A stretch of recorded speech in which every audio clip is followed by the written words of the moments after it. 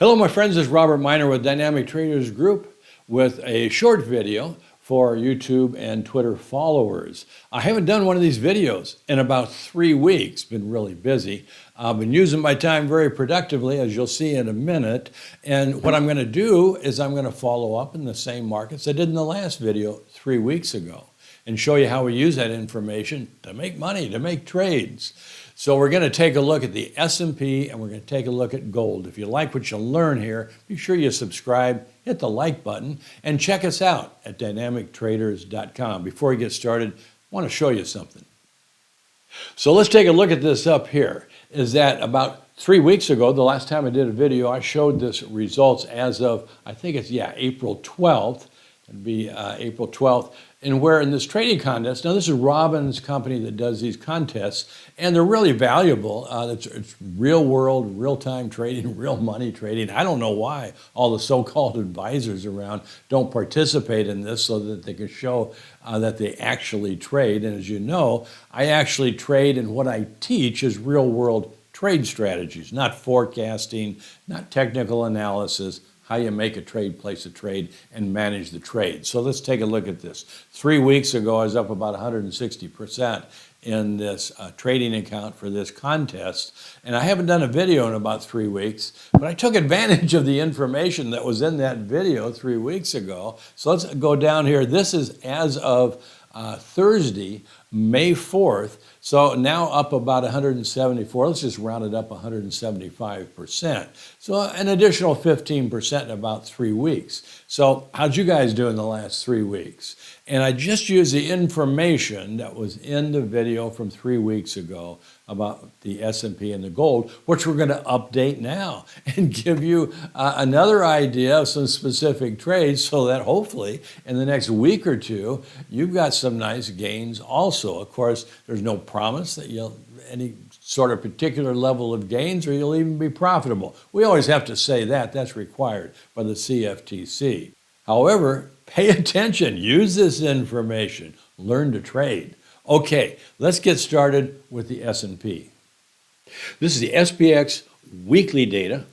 This week is not quite finished because I'm recording this on Friday early afternoon, but for practical purposes, all the information we need from this chart is valid as of right now when I'm recording this. So there's 3 key pieces of information on this chart. As you know from prior videos, is that the week ending April 28th, not this past week, but the week before that, was identified as the probable maximum time to complete a weekly high. That was the 100% alternate time projection of this 7-week advance. So we had a 7-week, a 6-week, and then that was a 7th week. And of course, this is based on weekly closes. Well, so far at least, that is the high weekly close. We don't know, it's not confirmed yet. That's why I always have question marks until a particular wave count, a particular section is confirmed or not. But let's take a look at this here. The high was made just about right at the 100% alternate price projection by percentage change as this wave C, what I have labeled a wave C from the wave D low, typical target for a wave E. But here's what's really important. The week before, the SPX made weekly momentums dual look-back bear reversal. That's very, very important, and it's very reliable. It's not 100% by any means. Markets can stretch way beyond a momentum cycle target, a typical target. But when you have the other pieces of information along with that momentum reversal, such as the pattern position and the price position and the time position, then it's a pretty good setup. We can see back in December and back in February, we had those same setups where the weekly momentums reached dual look back overbought and then made a bear reversal the week of or the week after that weekly high, followed by, in this case, only they look like big corrections are not 3 to 5 weeks sideways to down. For traders, we want to know about a 3 or 5 week trend. I mean, I do at least. And we also want to be aware of what is the possibility for the higher time frame trend. So advancing from the October low, We had a nice impulsive advance, a correction, another advance to a new high, a correction into the range of this initial correction. That's called an overlap based on the weekly closes. And then we had an advance to a new high based on weekly closes. And then we've already, just in this past week, and we're going to close right around where it is now, we'll be closing back into the range of the February in advance. So that's another closing overlap. That is typical of a correction of some sort or another. In this case, it has the potential for completing the second most frequent type of correction. That's a 5-wave correction of overlapping swing, not impulsive swings, are an A, B, C, D, E. So what we can say is that as of the weekly close 2 weeks ago, the SPX was in a position to complete an A, B, C, D, E correction. We don't know if it's complete or not. Notice my language. Use language properly so you don't misinterpret. We never forecast, we identify conditions with a high probability outcome. And as of this week, all of those conditions have been met to complete a weekly high. So once those conditions are met for a weekly high, we can then have specific trade strategies. This is the daily chart of the SPX, close-only data. Again, it's through early afternoon on February, May 5th. And we're really just interested in the advance off of the March low, because when this section is complete, then the higher time frame weekly high should be confirmed. And of course, that has the potential for being a multi-month high with a decline back below the October 2022 low. So here's how I'm looking at this coming up from the March low, a possible 1, 2, and a possible 3, 4. It did make a new closing high last week or the week before. It looks like everything's in place to have completed that section up from the March low. However, the SPX has to close below 40.56 to give us a pattern reversal signal that that high is complete, the weekly high is complete, and any weekly has the potential for being a multi-month high. So we got to look at the SPX as if it's in a position to have completed a weekly high, and then we just look at specific, in this case, go short bear trade strategies. And one of them is a close below 40.56. That's an all-out signal to be short with a stop above the recent high. Now, I realize that stop's a long ways away. You might not be doing a futures position on a close below 40.56, but boy, you have all kinds of choices of ETFs, leveraged or unleveraged, to take advantage of this position. So let's look right now, look up here at all these reports. This week, this past week, and this coming week have just been one key report after another. And these are all the reports that in recent months, really in the last couple of years, there's been reactions to the market. So we began on the 28th, that's the top so far, for the personal consumption expenditures, I think it is. It's basically a type of inflation report. Allegedly, the Fed looks at it pretty closely. Well, so far, that's the top. Then a few days later, we had the Fed announcement just last Wednesday, sharp decline actually the day before the announcement and the day of.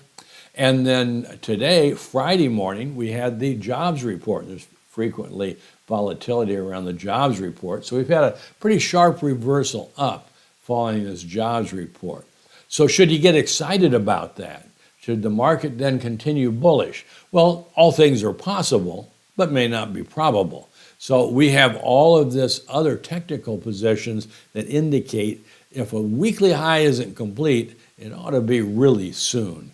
And I would suspect when we finally get past the two inflation reports next week, we're going to have a pretty solid trend. More than likely, the high is complete, but there'll be volatility around the CPI and the PPI next week. That's next, I think it's Wednesday and Thursday. So be prepared for some volatility then. But I'm looking for opportunities for short and bear positions. And I hope you will be too. I hope you will have been for the past couple of weeks As I showed you when we started this off, I've taken advantage of that information, and they've been relatively short-term trades. It just had lasted a couple, 3 days. But I want to take advantage of this information, and if by chance the market then continues to take off, I'll be in there with a position, maybe a very small position, but you're in there. You can then protect it if the market moves in your direction, and then you can add to it at any time. So it's really silly to think. I had on Twitter some questions about, oh, I missed that reversal. Should I look at the hourly? Number one, you don't need any intraday data to trade. That's crazy, but if you want to use it, that's all right. Use it for trade entries and all of that. And if you believe that a market's made a weekly reversal and you don't know how to enter that trade, you need some help. And you're not going to get it on Twitter. So read a book, if nothing else. I've got a fantastic trading course you can check out, the Dynamic Trader Master Course, my book, High Probability. The point is, if you don't know about entry techniques, position size, capital exposure, maximum risk and capital exposure, if you don't know about that, if that's not a natural thing for you, don't trade. Get some education so you understand entry techniques and protection and trade management. That's really important. Okay, let's take a look at gold. Well, this is gold weekly, and if you'll remember from the video of about 3 weeks ago, which was the last video I did, we're anticipating that gold was nearing a position to complete a weekly, if not even a higher time frame high, for a 5-wave count and to complete an impulsive trend off this early November low. And it sure looked like that's what happened, and it was set up to do the week ending April 14th. So I've got this counted as a 1, 2, 3, 4, 5. As of the week of the 14th, gold was right in the end of wave 5 target zone and made a lower close that week, and then just went sideways for a couple weeks. This is the current week, what's going on this week.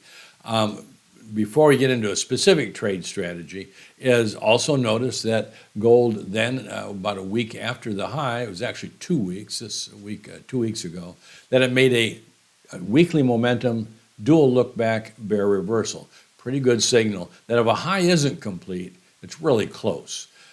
So we're on alert, so to speak, for a high to be complete really anytime after the April week ending April. And anybody that's not aware of position size and how to trade multiple unit trade strategies, again, get a book or something, because that's what everybody who's a professional trader and a successful trader uses. And I mean everybody. There's no exceptions to that. Is the next trade opportunity on the short side, because the next trend is likely to be a weekly net bear trend where the markets, in this case gold, is sideways to down probably for 3 to 4 weeks, if not longer. So, but right now I'm always looking for weekly reversals, bull or bear, because those are the trade opportunities to take advantage of. So right now I'm looking for the next trade opportunity on the short side for gold, because I believe we're just in those very initial stages of completing a weekly high and then being sideways to down for 3 to 4 weeks, if not longer. Certainly a close below 2004.50 should confirm that that weekly high indeed is complete. Okay, my friends, thanks for checking out this video. If you like what you learned, go to dynamictraders.com. Check us out. Check out our DT reports updated 3 times a week. You can even get on our list for free, Traders News, and get once or twice a week. We do a free update in Traders News for some current potential trade setups. So check that out. And of course, if you really want to learn to trade, if that's what it's about for you, which I hope it is. If not, you're in the wrong place, let's face it. But check out the DT Master Course. It's the most complete course that I'm aware of that's been produced for trading the markets. Okay, that's it for today. Robert Miner over and out. See you next time.